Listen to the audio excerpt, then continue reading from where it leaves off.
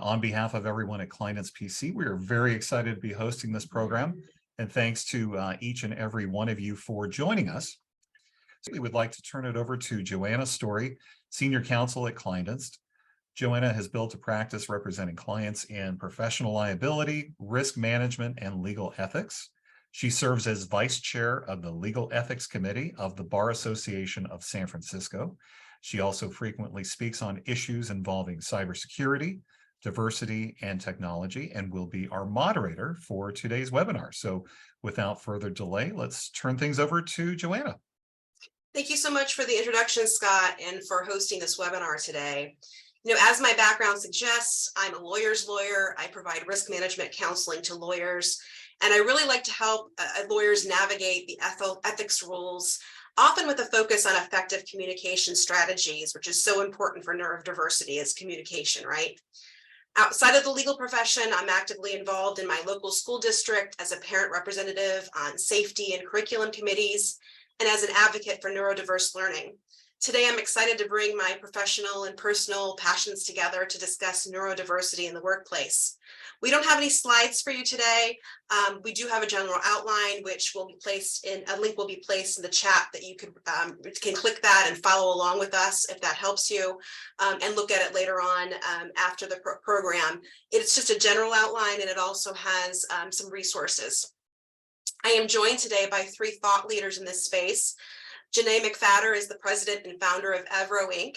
Kendra Muller is an attorney with Disability Rights California, and Erik Weber is a special education attorney. And they're going to each provide you with more background about themselves shortly. But first, what is neurodiversity? Neurodiversity means different things to different people. We each might have our own understanding or definition of it. I like the definition that I found from a Harvard blog. It said, neurodiversity describes the idea that people experience and interact with the world around them in many different ways. There is no one right way of thinking, learning, and behaving, and differences are not viewed as deficits. So I'm going to turn to my panel here and ask each of them. I'm going to start with Jenae. If you could introduce yourself and tell us, what does neurodiversity mean to you?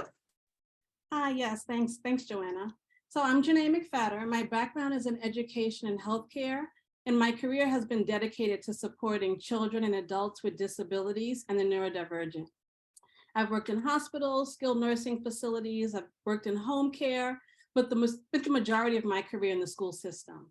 I'm the president and founder of EVRO, a nonprofit organization whose purpose is to increase the inclusion of neurodivergent individuals in the workplace by advising firms on inclusive hiring strategies and work environments, but also supporting individuals as they acclimate to the workplace. So when I think of neurodiversity, I think of it as just the recognition in the range of differences in individual brain function and behavior. And I think of them as normal variations of the human population. The term is said to have come from biodiversity, in that the world species within an ecosystem rely on each other for balance and sustainability. Thank you. Next, Kendra, what are your thoughts about what neurodiversity means? And why don't you tell us about yourself as well? I'd love to. Thank you, Joanna.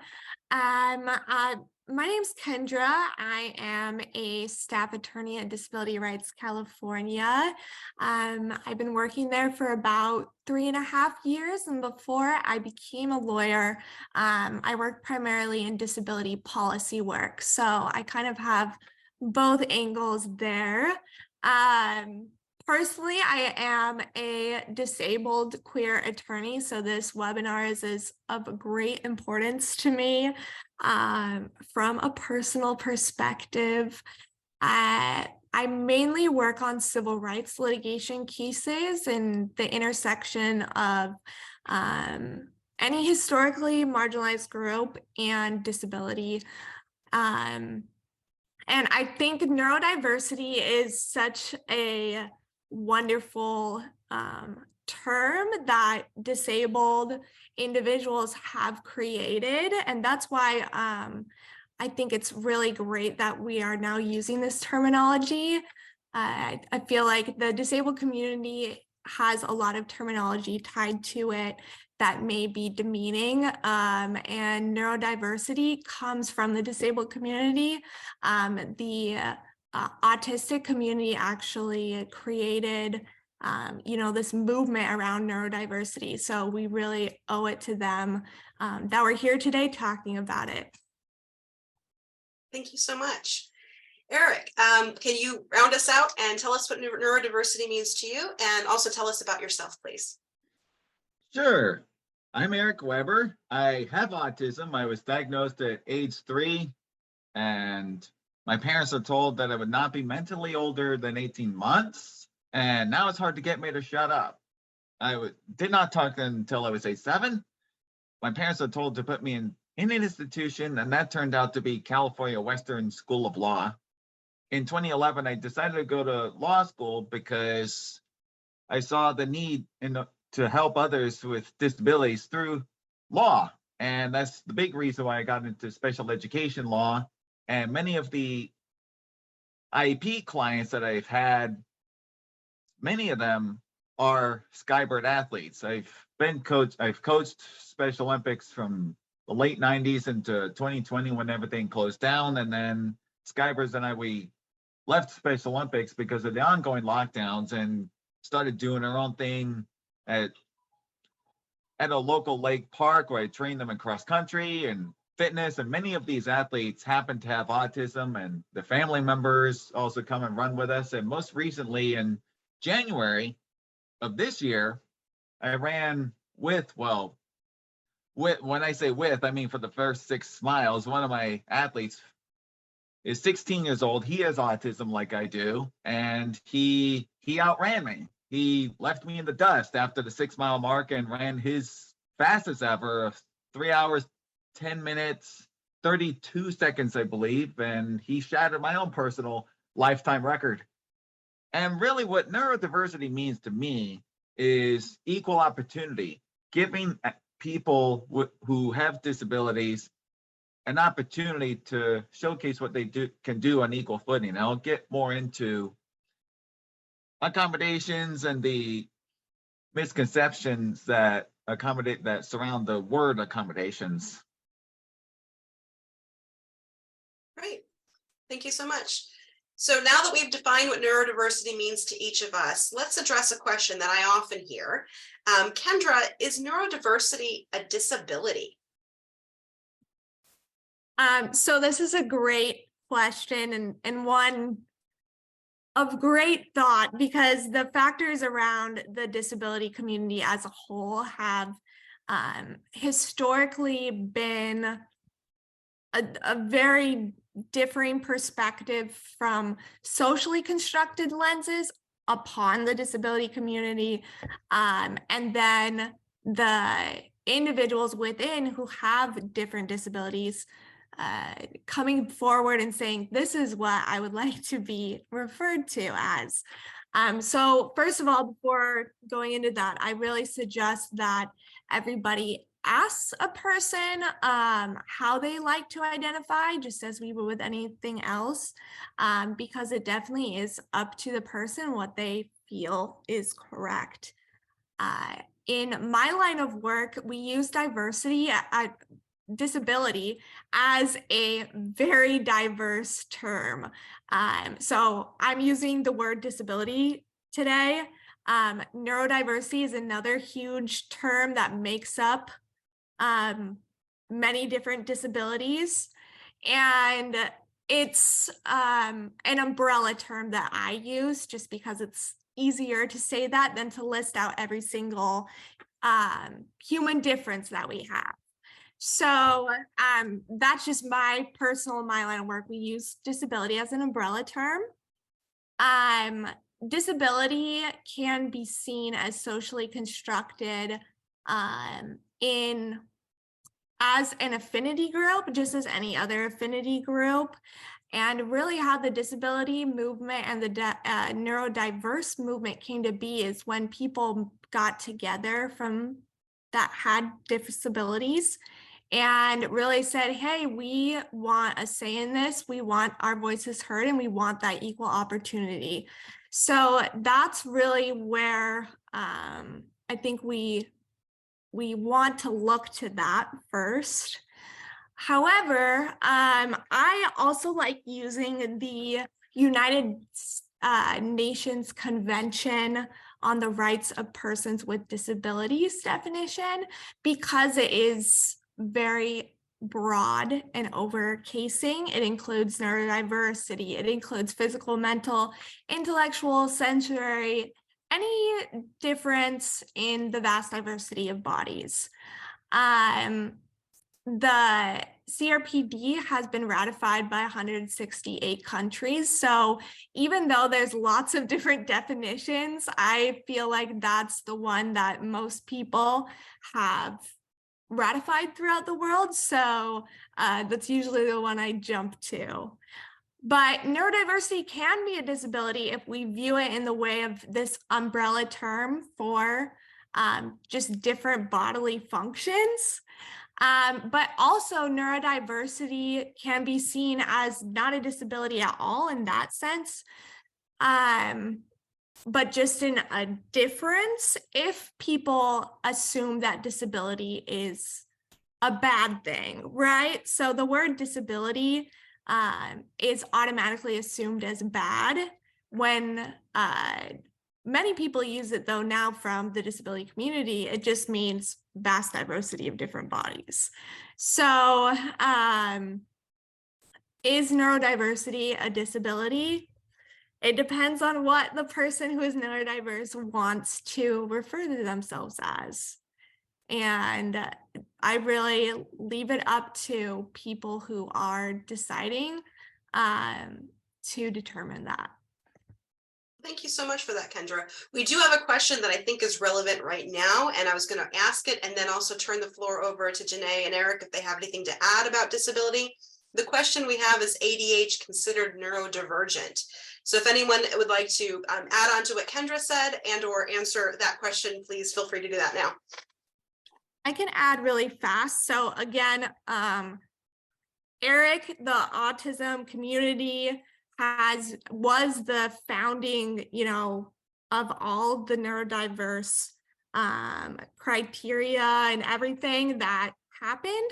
But it has really grown into a vast diversity of ADHD, autism, any sort of thing that would consider differences of brain function.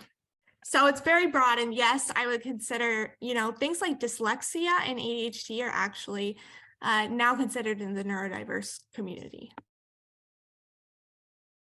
Yeah, I agree with Kendra. When we use the term neurodiversity, it's usually in the context of autism spectrum disorders, but it does also include ADHD, dyslexia, Tourette syndrome, and other diagnoses.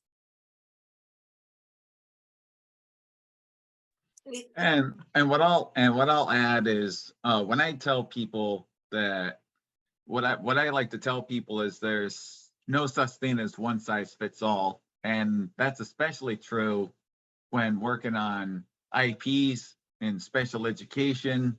The IEPs have to be narrowly tailored to each student's unique needs. Can't have the boilerplate, cannot do copy and paste from one student's IEP into another. You have to create goals and services developed to help the person succeed in K through 12 education, and also set up good transition plans for anybody who is looking beyond the K through 12 into post-secondary education. Thank you.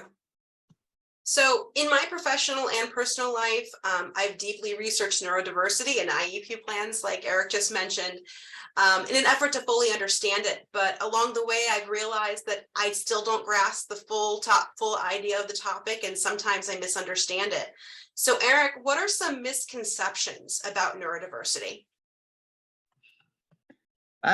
Okay. So a couple of big misconceptions. The first one, a lot of people think that giving accommodations means giving an unfair advantage to the person who has a disability.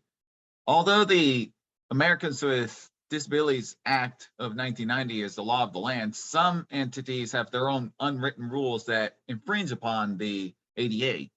When I took the law school admission test back in, I want to say 2011, I was only provided with a set of earplugs. I sought a semi-private room, time and a half, and use of a laptop. I even submitted 65 pages of documented records highlighting the post-secondary accommodations I had received at Point Loma National University and my master's degree studies at San Diego State University. Accommodations are not about advantages. They're truly about helping the individual to reveal their knowledge, cultivate their talent, and pursue their potential. And since then, the Law School Admission Council has been mandated to provide the same accommodations as the ones that students have had access to throughout post-secondary education. The second misconception is that people who are neurodiverse, especially with autism, are not capable of communication. I heard that one a lot years ago. And now I advocate for students and the families at IEP meetings. And I'm also a motivational speaker on autism. I presented on that in 2008, wrote a couple books. And in pretty much all the presentations, I would say I displayed interactive communication, improvisation, organization of thoughts, and strong competence of material. And when somebody asks, well, who's going to hire that person with the disability? I heard that one before, and my answer would be a smart person. A smart person will hire someone who is neurodiverse because we have a lot to offer. Great, thank you.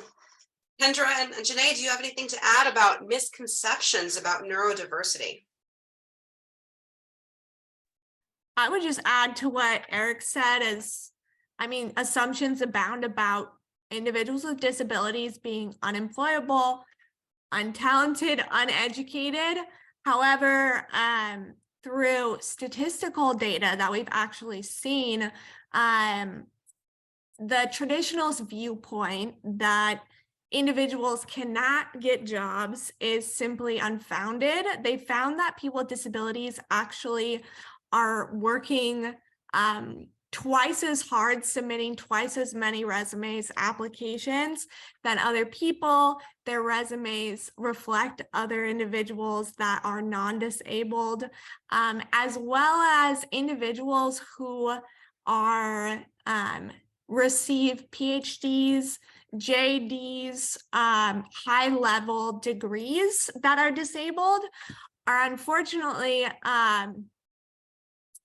less likely to be employed than somebody who has not finished their high school degree that's not disabled. So that shows to me that if you can get a PhD, right, and you're disabled, you could definitely get a job. But people just aren't hiring because of the assumptions that abound. So we still see that systematic oppression that's happening within the legal realm as well as just the professional realm. And it shows that these people are definitely qualified. As a disabled person, we are qualified.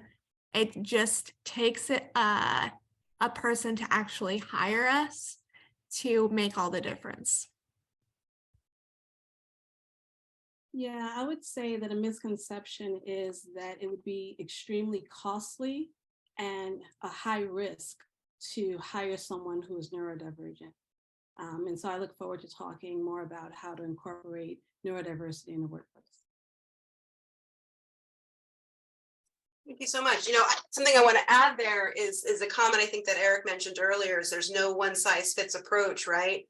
And I think that that's also a misconception is that you sometimes people think that if somebody can't act or respond in a way that they're expecting, that there's something wrong, they can't work, but they don't realize that if you just flip the switch a little bit and you think out of the box and you realize that maybe the person's not the best at communicating in writing and they're better at communicating in verbally or vice versa, that they have amazing ideas to offer and work very well. And so it's this misconception that you need to have a one size fits all approach. You don't. You can do whatever works best. You got to meet people where they are and honor their experience and have empathy and work together. So now that we have defined neurodiversity, we've addressed whether it's a disability, we've discussed some misconceptions, and let's get to the forward-thinking part. Jenae, how do we create a workplace that embraces diverse thinkers? This is the meat of it, the really important part. Yeah, well, for starters, you want to demonstrate that you welcome and value differing perspectives, right? When you have a homogeneous work environment, everyone may get along, but you run the risk of hindering creativity and innovation. So it's important for organizations to just develop a company culture that appreciates cognitive diversity, that welcomes and values different perspectives. You want an environment that provides, first of all, psychological safety, right? Where individuals feel comfortable enough, not only to share their ideas, but also disclose their needs, their disabilities, and or neurodivergence. A company should embrace diverse thinkers by asking employees what supports would help them to be more successful in their roles. You want communication lines to be open. You want everyone, management and those who report to them, to be willing to be a little vulnerable, to ask for help, ask ways that they can help, and also just ask for clarification rather than making assumptions. And, I find that a huge part of embracing diversity is just acknowledging the existence and impact of intersectionality, which kind of relates to what Kendra mentioned, right? So intersectionality is a term that was coined by civil rights advocate Kimberly Crenshaw. And she highlighted the ways in which an individual's different identities overlap and intersect, which may actually increase the obstacles, right, that one may have to overcome when they navigate their environment. So I attended a talk by DI consultant Jennifer Sarrett, and she referred to the iceberg model of social identities to explain this. And so she said, if we think of ourselves as icebergs, right, there's a lot that we can see on top. At a glance, we can see age, we can see race, we can see body type, but there's so much more under the surface that we can't see.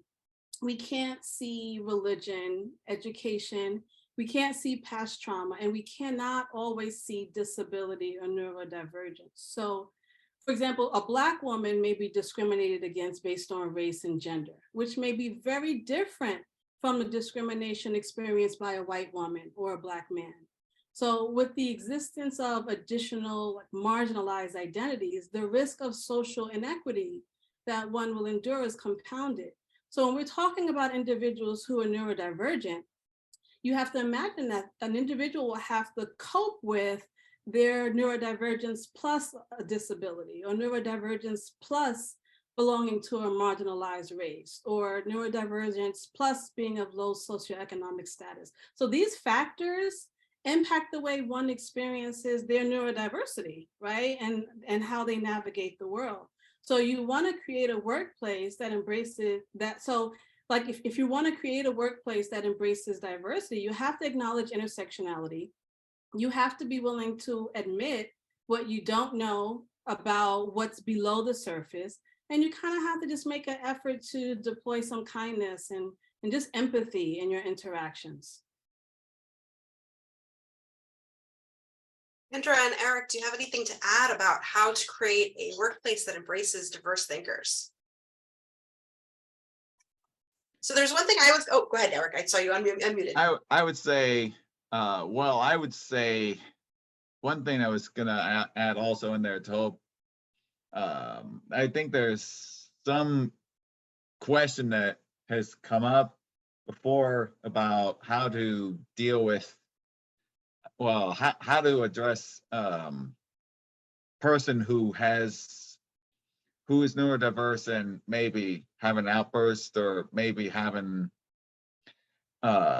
some difficulty at work if some sudden something happens. I would say all the way through it, that mentorship by the employer with the employee, mentorship would really help building that trust between the workers and between the employer and the employee, because without trust, it's really hard to have a collaborative team and have a functional work atmosphere. Trust really is the best way to break the ice and to keep things flowing in a really good manner, productive manner. Thank you. And I don't know if Kendra, if you had unmuted, there you go. Yes, I think that it goes back to the education of employers as well. And we've provided lots of resources for employers down on our doc that Joanna has provided everybody. But I think that's another key to the question of, again, empathy is such a huge part. Jenae hit hard on that, and I second everything. But also thinking about the fact that we don't realize, but disabilities that we may not have, we are automatically accommodated if we're, for instance, if there's a non-disabled person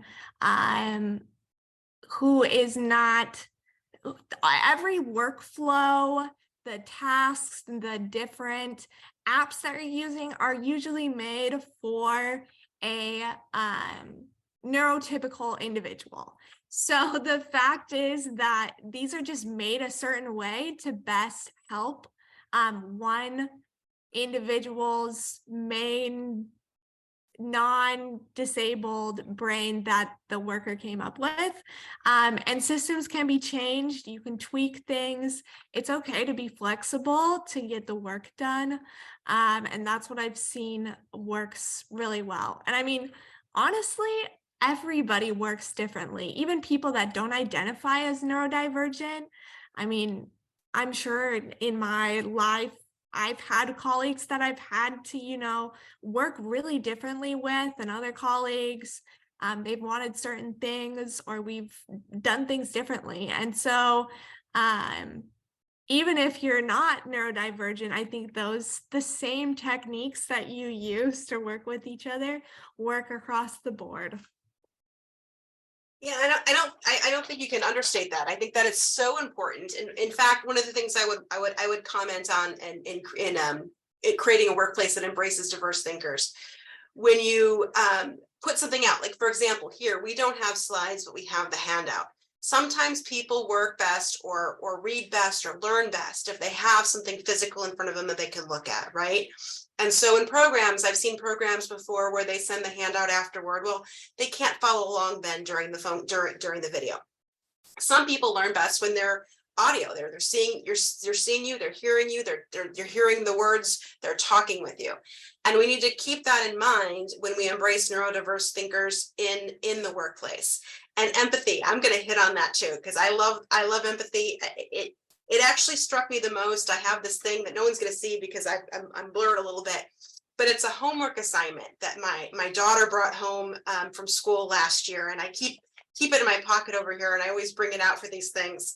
But it's about understanding other people's feelings, and it's about empathy.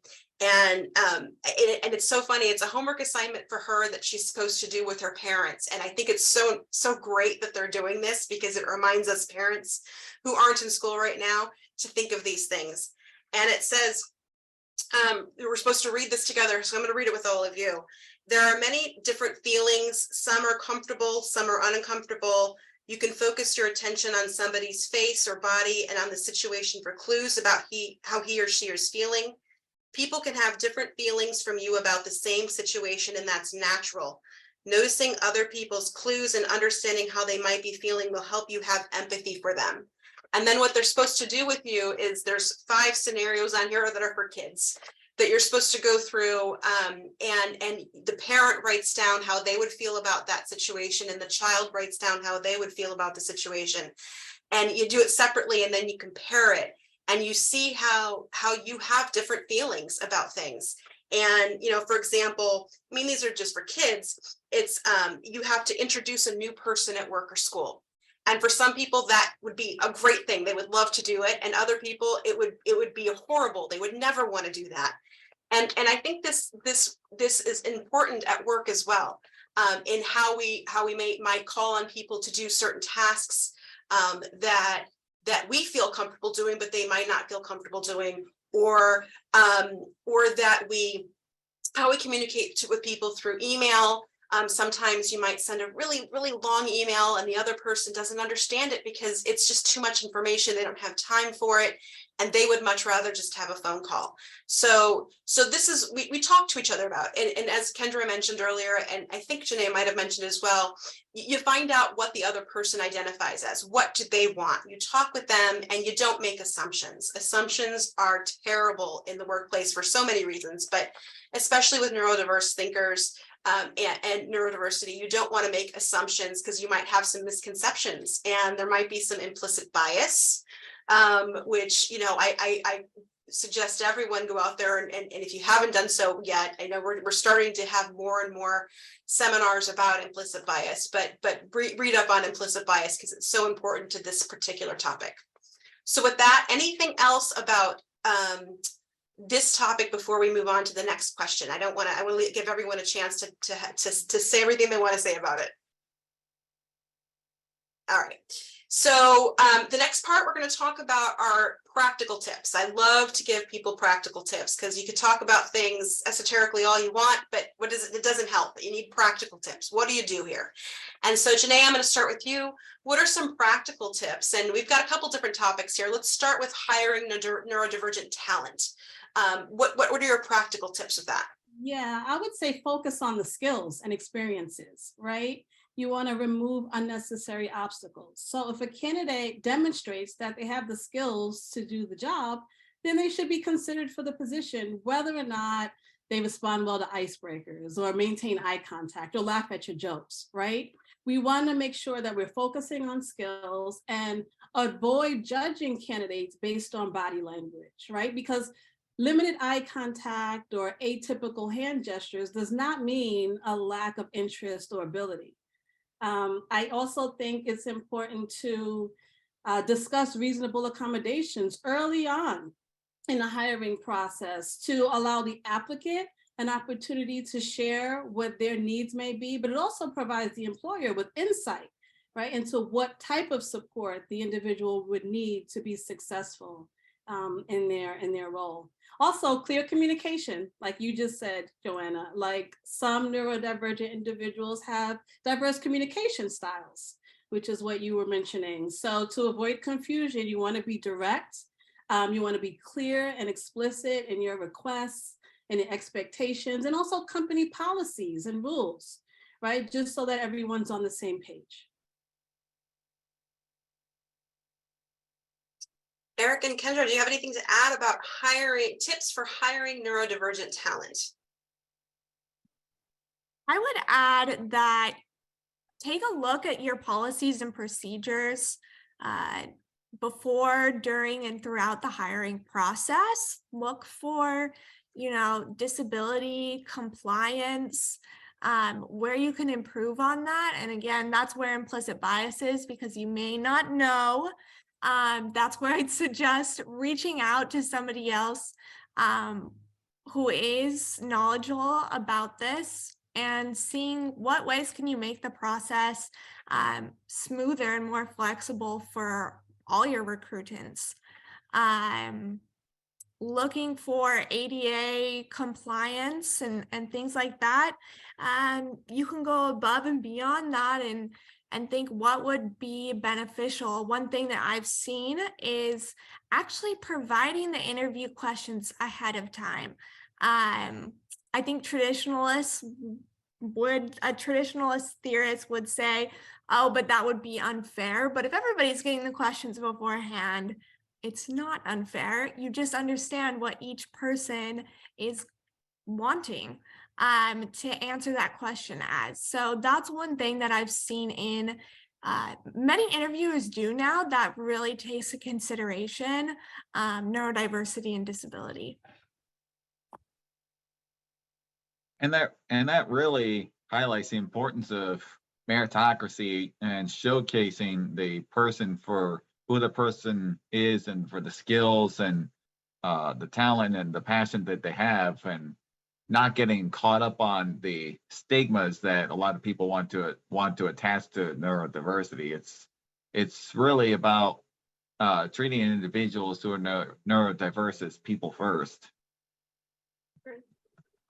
One thing that I would add is to expand your pool of people that you try to recruit and you look for. If we're all looking for the same people we've always looked at, the same schools or certain schools you want to go to, or you're asking your employees and maybe you don't have any neurodiverse, or you probably do. You probably have neurodiverse employees and don't even know it, but you don't have a big pool of neurodiverse employees and you're asking for referrals, you're for the most part going to keep getting the same people who are going to be working for you. So expand your pool, look outside the box, don't go to the same schools, don't only get referrals from within, seek out other options for bringing in neurodiverse talent in the first place and attracting them to your business. That's my thoughts there. So before we move on to the next topic, we do have a question that I think is kind of relevant to what we're talking about right now. So I want to pose it, and we can either answer it now or we can think about the answer and answer at the end. And that is, if an employee is struggling with performance and seems to be neurodiverse but doesn't say that they are, how do you proceed? What are your thoughts on that? If you have them now, or we can hold it to the end. Okay. So what are some practical tips for working with neurodivergent clients or customers that are not actually at your company, that aren't your employees?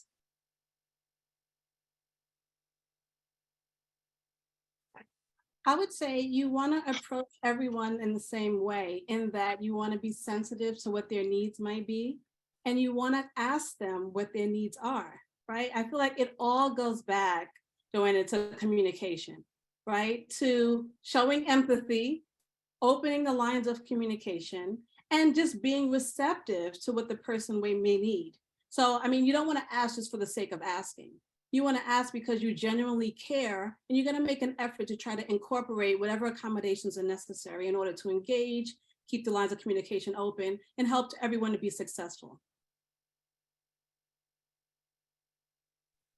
I'll add that going off of what Joanna said, many employers don't know that they have employees with neurodivergence or disabilities. However, regardless of the fact that you maybe didn't hire neurodivergent people, you have no idea what clients you're going to get in the future. It's always of the utmost importance to be prepared for that, and to be able to interact successfully with the people that you are having as clients. So that's where preparedness and really understanding how to communicate best and just be open with the other person so they can be open with you is so important. And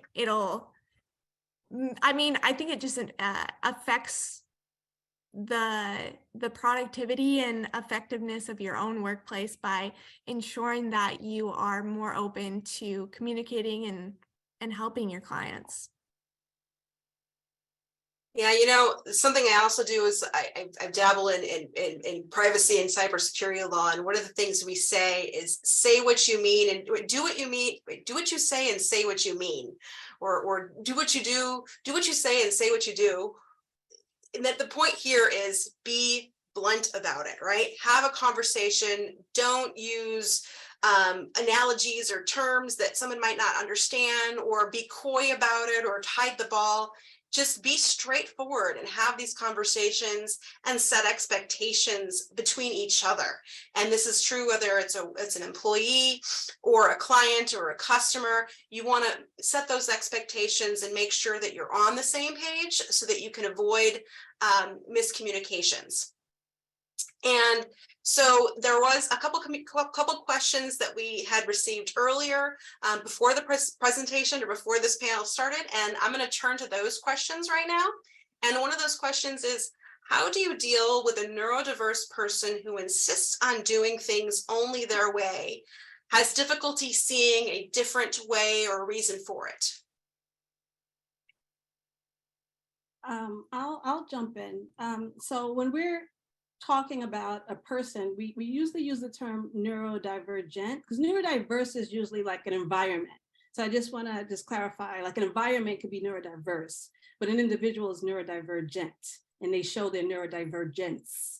So just in response to that question, while we want to encourage diversity of thought, right, and avoid unnecessarily normalization, like there are certain behaviors that are still non-negotiable, right? Like deadlines still need to be met. Rules still need to be followed. Respect still needs to be granted. So this again just goes back to that need of making sure that the company policies and expectations are clearly communicated. I would say set clear boundaries by reiterating the company rules, but I think you should also listen to the employee, listen to what they need, and find out their rationale. They may just have a better way of doing things, right? So you don't want to be closed off to that.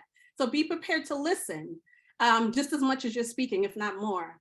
But you want to remind the employee that the final decision is up to management and on the team, because at the end of it all, like neurodivergence, you can't allow that to be an excuse for insubordination, right? So you have to find that balance. And I think what goes along with that is, and I just lost that thought. I'm gonna open it up to somebody else and come back to that thought in a second. Oh, I know what it is. Listen to understand. Listen to understand is so important. So, if this person is being stubborn and they only see it a different way, find out, like kind of what Jenae said, find out why, what's the why behind that? Why are they doing this? See if there is a way to meet at the middle. Because oftentimes what we do, especially so many of us on the call are lawyers, what we do is we listen to respond and don't do that. Listen to understand and meet them, honor their experience, and try to work with them as opposed to just rushing to a judgment of why they're doing what they're doing. Another question we had, and we're getting close to the end, so if anyone has additional questions, please put them in the chat. We have one more topic to cover before we get to the end, but we do have time if you have more questions. How do you help a neurodivergent person that grows so anxious about items at work that outbursts occur, and usually about the same item, or which a person has no control? And I think, Erik, you might have started to kind of answer this earlier, and I could be wrong. But if you have anything else to add, or if anyone else wants to chime in on this particular question.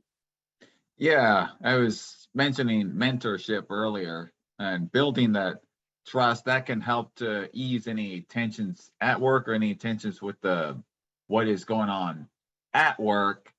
If the person who is neurodiverse has somebody to talk to and come to with questions about what's going on at work and what the different tasks are, it helps to take the emotion out of the situation and help the employee come to a place where that person can use more intellect and not be controlled by the emotion, by the anxiety of what's going on.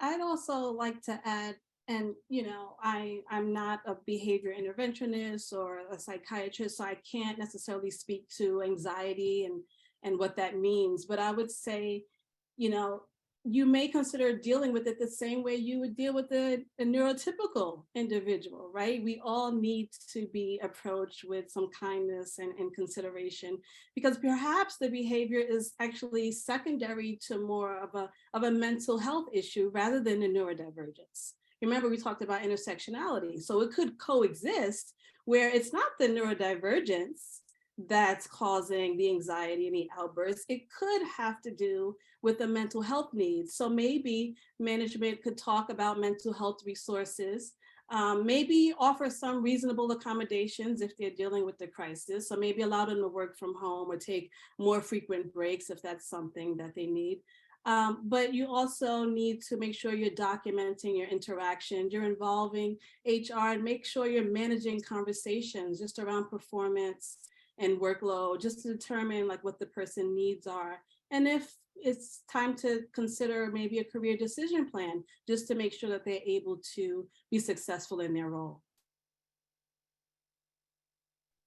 And I'll add that I think it does come down to the overall view of non-disabled people are scared to ask about disability. It's something that still is, while disability is extremely common, it's still primarily seen as a negative identity for people who maybe are not disabled and people who are disabled, and really take into those stereotypes that others put upon them. So it's something to think about and realize that most disabled people are not scared of talking about their disability. For instance, I'm a person I am neurodivergent. I have a physical disability, and Erik's talked about being autistic. I mean, we're comfortable with it. Obviously, everybody's different, but it's not a scary thing for somebody who has a disability. So it's good to just talk and determine what things can best work for every person. And don't be scared to, have that conversation. What would work best for you?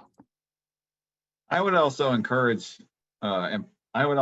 employers and coworkers to go to disability resource fairs or to other events such as Race for Autism. That's on April 1st. I'll be running that race again this year. And I finished second overall last year, looking to win the race overall in person this year. And it's a great event put on by National Foundation for Autism Research. All the money that's raised stays local and is given out in grants to other organizations that serve the neurodivergent. I think another thing you could do is people who are here with us today, you chose to be here. You wanted to learn more. You were interested in it. There are people that are in your companies that aren't going to take the time or think about trying to learn about it. So bringing presentations like this into your company during mandatory training or encouraged training within the firm also helps. I'm very interested in this topic, but what really sparked my interest within the professional area that I've been interested in personally for years, but professionally where it sparked my interest was when a company that I was working for brought somebody in to talk to us about it. And I was like, wow, I never even thought about it in the workplace. And so there's people who you might have at your companies who aren't thinking about it. It's just not on their mind. It's like anything else in the world. If it doesn't affect you directly, you're not thinking about it, right? So bring people in to have these conversations and not have a situation where you have to sign up for something. Make it really simple for them to be able to go to it. We're getting close to the end. We do have one more topic left before we answer any more questions. We've covered a lot of ground and there's so much more to learn. Before I ask our panelists to share with us additional resources, we've got a handout, but I'm sure that some of them would like to talk about some additional resources. I want to share one unexpected resource that helped me to better understand that we all think differently. And that's ABA Formal Ethics Opinion 500. It came out a few years ago, and it actually doesn't address neurodiversity specifically or neurodivergence. It addresses language access in the lawyer-client relationship. And I found that reading it gave me a better understanding of this empathy that we've talked about a lot. The opinion addresses communication challenges related to language differences, cultural differences, and physical differences.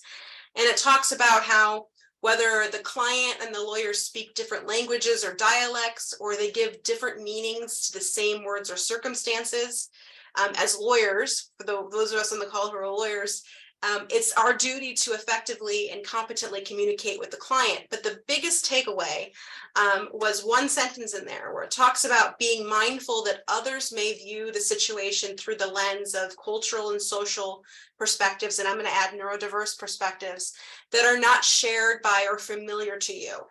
So keep that in mind. It's again that idea of empathy, that this lesson applies not only to lawyers and clients, but in the workplace context, in your communities, in your daily lives, with your conversations with your families and your friends. So Jenae, why don't you start off on some additional resources that our attendees can consult to learn more about neurodiversity in the workplace? Right, sure. Well, of course, I'm going to talk about EVRO, my nonprofit that kind of bridges the gap between neurodivergent candidates and the firms who are looking to hire them. But also, there are just so many resources and things to read, which have actually been included in the handout. So from a business perspective, I just want to talk a little bit to the clients. You know, we all care about ROI and just maintaining our competitive advantage in our industries, right? And so while we shouldn't need a business case to do the right thing, you'll see in the handouts, there's a lot of research that's been provided. And the research shows that many neurodivergent individuals have above average, you know, memory, exceptional quantitative ability. They can be so creative, and the ability to hyper focus. So, you know, when done correctly, there's no trade-off between achieving excellence and having a neurodiverse work environment. So there's an article, Neurodiversity as a Competitive Advantage. It's an HBR article. The link has been included. There was also an actual study done by JP Chase. They have the JP Chase's Autism at Work program, and they employed 150 participants. And reportedly, the employees in this program who were neurodivergent performed their duties 48% faster and more effectively than a neurotypical peer. So just please take a look at the resources provided and you know, enjoy the articles. Erik and Kendra, did you want to highlight any particular resource in the handout that you'd like people to pay attention to? Yes, so this webinar is obviously put on for a lens for employers that we're assuming are not neurodiverse and are trying to learn more. However, I did put some resources in there, including the Autistic Self-Advocacy Network. That's a group that has put on, it's all run by people with autism. And so really getting the resources from people's that are experiencing this and living is a great way to dig deep into that. A lot of the resources are actually for people who are autistic, but there's also resources for people who want to learn more and understand more.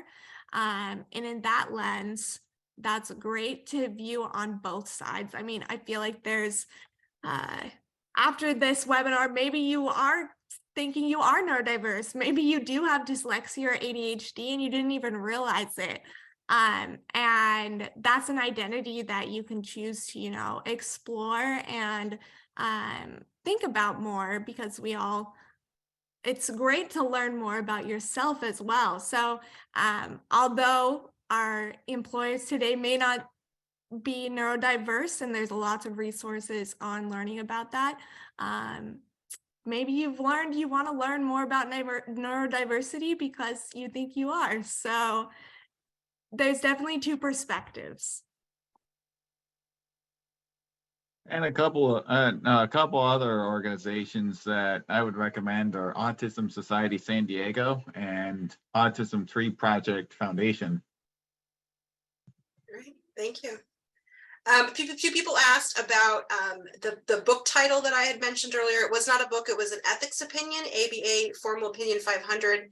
It's in the handout, so there's a link in the handout. And Scott, if you could put the link to the handout again in case we had any late joiners to the event, I'd appreciate it. And also, there was another book on the handout that I wanted to mention, and it's a book called Great Minds Think Differently. It's by Haley Moss, and it's available on the ABA publications website. That's where I got it. I found it to be helpful for me to understand neurodiversity even more. So that might be a good resource as well as all the resources that we included in the handout. And I think, thank you, Scott. It's put in there. If there's the link there, if you could download that, then they should have, all the links should work. I checked them yesterday, and they should bring you straight to whatever sites you want to look at. I do have, there are 2 more questions in here, and I'm gonna pose them, and you know, if we can answer them, that's great. If not, it's kind of on the spot, so I understand that. Is there a quick summary? Quick summary of what we might be able to understand neurodivergence. Well, that would be looking at those handouts that we gave you, but also. Is it safe to say it would be good to ask all candidates if there's anything they might need to be successful in the role, and see what they might share? I'm seeing lots of heads nodding, so let's go for it. I mean, yeah, absolutely. Otherwise, how will you know, right? And if you have an employee, you want them to be as successful as possible, right? For your benefit and for theirs. So absolutely, ask what they need. But also, you know, again, we're not just asking for the sake of asking. Ask, listen, and be prepared to kind of implement whatever supports that would benefit them and your organization. Kendra, I saw you unmuted. There you go. Go for it. I was just going to say, whoever wrote that question, I feel like that's exactly the question that I would ask in interviews. It's straight, it's to the point, and again, when you're interviewing, it's good to be as upfront as possible, so then they know what things they need, because sometimes I've been to interviews and not known really what a project will be or something, and so I'm not sure what accommodations I need. So yeah, just a back and forth and interactive process, and that's wonderful. Right. So before we close out, I want to just give each of you a moment to give a closing. If there's anything else you want people to take away from today, or anything that you want to add, I'm going to start with Kendra, if that's okay. Yes. Well, I'm very thankful that we got to talk about this. If you want to do any more physical, employment methods, there's regional centers that have employment opportunities. There's Schedule A. There are definitely specific resources out there to help you hire neurodivergent people. So definitely look into those, research them. Employment is so important, and it's a good thing to do and to include. Thank you. Erik, do you have any final thoughts? And another one would be Jobtoberfest in the Balboa Park area, I believe. Great. And Jenae? Just lastly, when we're talking about ASD, we talk about differences in communication, socialization, and behavior, but it's not, there's no mention of cognition. People with ASD and people who are neurodivergent are capable and able, and I think we should give them an opportunity to showcase what they can do. Well, thank you so much. We're coming up on the hour, and that's all the time we have today. We hope you enjoyed some of the ideas and discussion that came out of this and are inspired to continue cultivating neurodiversity within your own workplace and your community. On behalf of our panelists and everyone at Klinedinst PC, thank you for joining us. I thank the panelists for lending their time and effort for today and to learn more about neurodiversity. We hope to see you soon.